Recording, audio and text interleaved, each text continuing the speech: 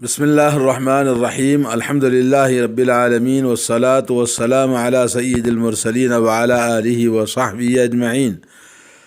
بلوغ المرام من ادلۃ الاحکام للشیخ ابن حجر عسقلانی رحمہ اللہ۔ باب الآنیۃ۔ وعن حذیفۃ بن الیمان رضی اللہ تعالی عنہما قال قال رسول اللہ صلی اللہ علیہ وسلم لا تشربوا في آنية الذهب والفضة ولا تأكلوا في صحافهما فإنها لهم في الدنيا ولكم في الآخرة متفق علیہ۔ بلوغ المرام سے حدیث نمبر 14 اور دوسرا باب ہے باب الآنیہ یعنی برتنوں کا بیان۔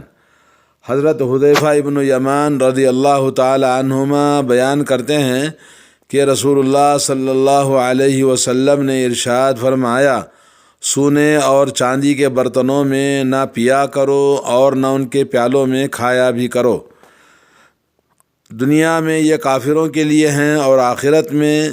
فقط تمہارے لیے ہیں۔ صحیح بخاری صحیح مسلم۔ یہاں پر باب الآنیتی، آنیہ کہتے ہیں، آنیہ انا ان کی جمع ہے جس کے معنی برتن کے ہیں۔ ابواب الطہارہ کے درمیان برتنوں کے احکام بیان کرنے سے یہ بتانا مقصود ہے کہ شریعت اسلامیہ میں بعض برتن ایسے ہیں جنہیں استعمال کرنا جائز ہے اور کچھ ایسے برتن ہیں جن کا استعمال کرنا شریعت میں ممنوع اور حرام ہے۔ اس طرح ایک پاک باز انسان کو علم حاصل ہوتا ہے کہ کون سی چیز جائز ہے اور کون سی چیز جائز نہیں ہے، امتیاز کرنا آسان ہو جاتا ہے۔ اور یہاں پر حدیث میں صحافہ ہما صحافہ یا صحفہ کی جمع ہے جس کے معنی پیالے کے ہیں، یعنی پانی کا پیالہ ہے یا کوئی بھی پیالہ جس میں آدمی پیتا اور کھاتا ہے۔ فرمایا لہم سے مراد مشرکین مراد ہیں، جی غیر مسلم کوئی بھی دنیا کے اندر جتنے بھی ہیں سب کے لیے۔ فی الدنیا یعنی دنیا میں یہ برتن ان کے لیے ہیں کا یہ مطلب نہیں ہے کہ سونے اور چاندی کے برتن مشرکین کے لیے حلال ہیں، بلکہ اس کا مفہوم معنی یہ ہے کہ جس پر یہ مشرکین عملاً کاربند ہیں، یعنی دنیا میں یہ برتن مشرکین کے استعمال میں ہیں اور یہ مشرکین ان کے لیے حلال و حرام کی تمیز نہیں، اور جو اللہ کے بندے ہیں ان کے لیے یہ چیز حلال نہیں ہے۔ کیوں؟ اس لیے کہ اس کے کئی علت بتائی گئی ہے۔ سب سے پہلی بات جس کے بارے میں علماء کرام نے یہ بتایا کہ اس سے غرور، گھمنڈ، تکبر پیدا ہوتا ہے اس کے استعمال سے، اور دوسرا یہ کہ آدمی خوشحالی اور عیش و عشرت میں ڈوب جاتا ہے، اور تیسرا یہ ہے کہ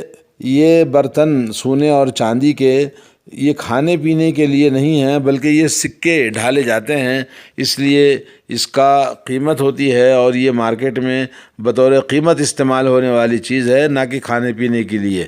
اور اسی طرح سے نمبر 4 یہ بتایا کہ کفار کی مشابہت ہوتی ہے، کفار کے پاس حلال و حرام کی تمیز نہیں تو وہ ان کے مشابہت ہوتی ہے، جس میں شریعت نے من تشبہ بقوم فہو منہم، جو ان کی مشابہت اختیار کرے وہ انہی میں سے ہے۔ اور نمبر 5 یہ بتایا کہ یہ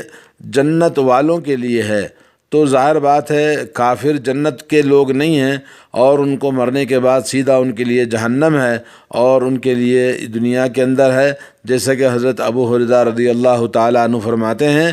قال رسول اللہ صلی اللہ علیہ وسلم الدنیا سجن المؤمن و جنت الکافر۔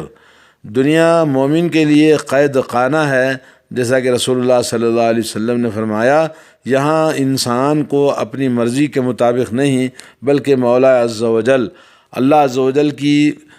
مرضی اور اس کی منشا اور اس کے بتائی ہوئی شریعت کے مطابق جینا ہے، اور یہ دنیا کافر کے لیے جنت ہے جہاں اس نے اپنے لیے اللہ تعالیٰ کی عبودیت، اللہ کی توحید سے اپنی زندگی کو آزاد کر لیا، تو جیسے چاہے وہ جیے، لیکن آخرت میں اس کے لیے کوئی حصہ نہیں ہے اور اس کے لیے ہمیشہ ٹھکانہ اس کا جہنم ہے۔ تو یہ جنت والوں کے لیے ہے، تو جنت والے دنیا میں استعمال کریں گے تو ان کو آخرت میں محروم کر دیا جائے گا، تو اس لیے۔ اور نمبر 6 یہ ہے کہ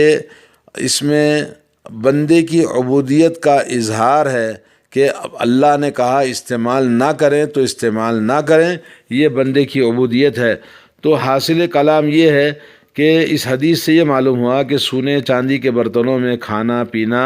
اور کسی بھی طرح کے مشروب یا کھانے کی چیز استعمال کرنا حرام ہے، اور ان کے برتنوں کے پانی سے وضو اور غسل کرنا عموم کے اعتبار سے وہ بھی حرام ہے۔ اور یہاں علامہ ابن حجر رحمۃ اللہ علیہ نے یہ کھانے پینے کے باب میں لانا تھا، لیکن یہاں اس لیے اس کو لایا ہے تاکہ یہ معلوم ہو کہ وضو کے باب میں کہ وضو کرنا سونے اور چاندی کے برتن میں وہ بھی حرام ہے۔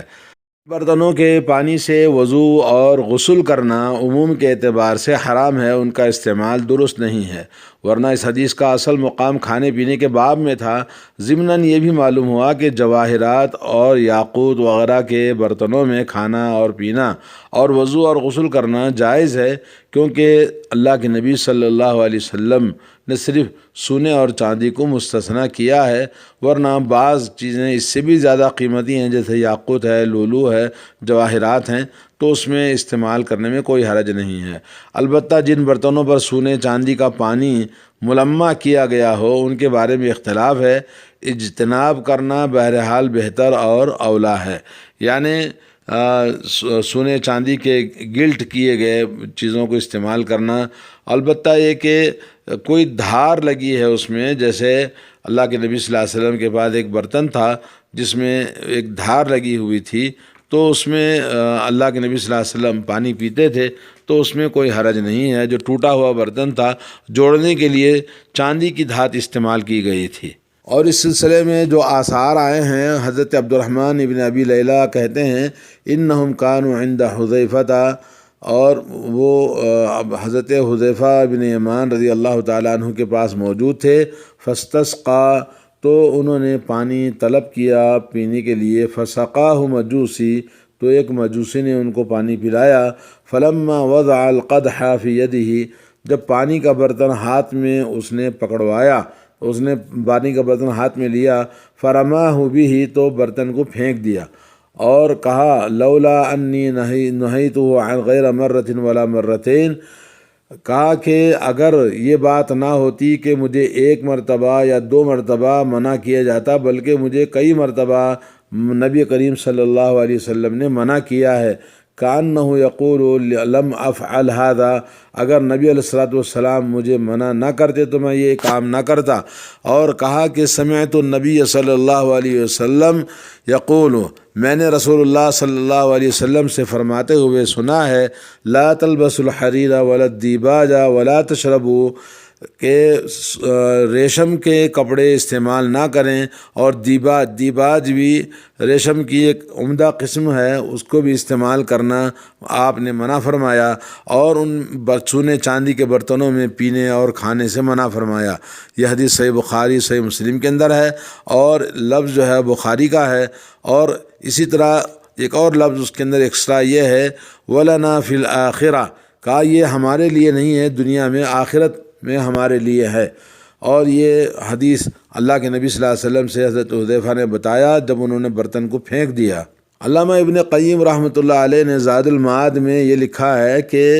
یہاں پر منع کرنے کی جو علت ہے کہ سونے چاندی کے استعمال سے اس کا جو اثر دل پر ہوتا ہے، اور اس دل کے اثر سے عبودیت کے منافی ہے، اور دل پر ایک قسم کا اس کا اثر پڑتا ہے، اس لیے رسول اللہ صلی اللہ علیہ وسلم نے منع فرمایا، اور علت بتائی کہ دنیا کے کافروں کے لیے ہے،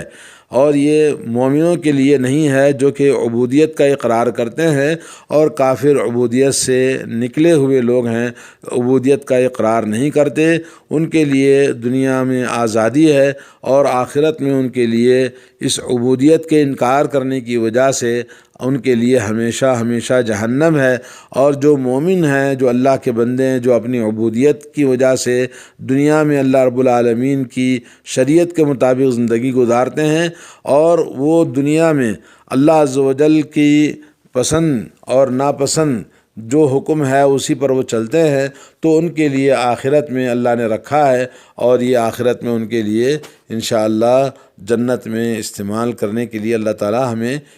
عطا فرمائے گا۔ یعنی جو دنیا میں ان برتنوں میں پیے گا وہ آخرت میں نہیں پی پائے گا اور جنت میں نہیں جائے گا، کیونکہ جنت والوں کے لیے یہ چیزیں اللہ نے رکھی ہے۔ ایک حدیث میں آتا ہے، حضرت براء بن عازب رضی اللہ تعالیٰ عنہ فرماتے ہیں، نہانا رسول اللہ صلی اللہ علیہ وسلم عن الشرب فی الفضہ، نبی علیہ الصلوۃ رسول اللہ صلی اللہ علیہ وسلم نے چاندی کے برتن میں پانی پینے سے منع فرمایا۔ فإنه من شرب فيها في الدنيا لم يشرب فيها في الآخرة، جو شخص دنیا میں چاندی کے برتن میں پانی پیتا ہے تو آخرت میں وہ پانی چاندی کے برتنوں میں نہیں پیے گا، یعنی جنت میں نہیں جائے گا۔ اور یہاں پر راوی حدیث حضرت حذیفہ ابن یمان رضی اللہ تعالی عنہ، حضرت حذیفہ یہ تصغیر نام ہے ان کی کنیت ابو عبداللہ ہے، مشہور صحابی ہیں، اور ان کے والد یمان رضی اللہ تعالیٰ عنہ وہ بھی صحابی ہیں، باپ اور بیٹے دونوں صحابی ہیں، اور رازدار رسالت مآب صلی اللہ علیہ وسلم کے لقب سے مشہور و معروف ہیں، یعنی ان کو اللہ کے نبی صلی اللہ علیہ وسلم کا رازدار کہا جاتا تھا اور سب لوگوں کے درمیان مشہور تھے۔ اور حضرت حذیفہ رضی اللہ تعالیٰ عنہ اور ان کے والد یمان دونوں جنگ احد میں شریک رہے، اور ان سے صحابہ کی ایک بڑی جماعت نے، تابعین نے حدیث روایت کی ہے، اور ان کا انتقال مدائن میں حضرت عثمان بن عفان رضی اللہ تعالیٰ عنہ کی شہادت کے 40 روز بعد سن 36 یا 35 ہجری میں واقع ہوا ہے۔ مسئلہ بتانا تھا کہ حضرت ام سلمہ رضی اللہ تعالیٰ عنہ کے پاس ایک چھوٹی سی ڈبیا یا چھوٹا سا برتن تھا جس میں رسول اللہ صلی اللہ علیہ وسلم کے بال رکھے ہوئے تھے، اور جس میں پانی ڈال کے وہ کلی کرتی تھیں، وہ چاندی کا برتن تھا۔ تو معلوم ہوا کہ تمام اہل علم کے نزدیک اجماع ہے، کھانے اور پینے کے لیے سونے چاندی کا استعمال کلی طور پر حرام ہے، اسی طرح وضو کے لیے، غسل کے لیے بھی، اور کسی اور استعمال کے لیے اگر کوئی استعمال کرتا ہے چاندی وغیرہ کو تو جائز ہے۔ جی السلام علیکم ورحمۃ اللہ وبرکاتہ۔ حرام کتاب سے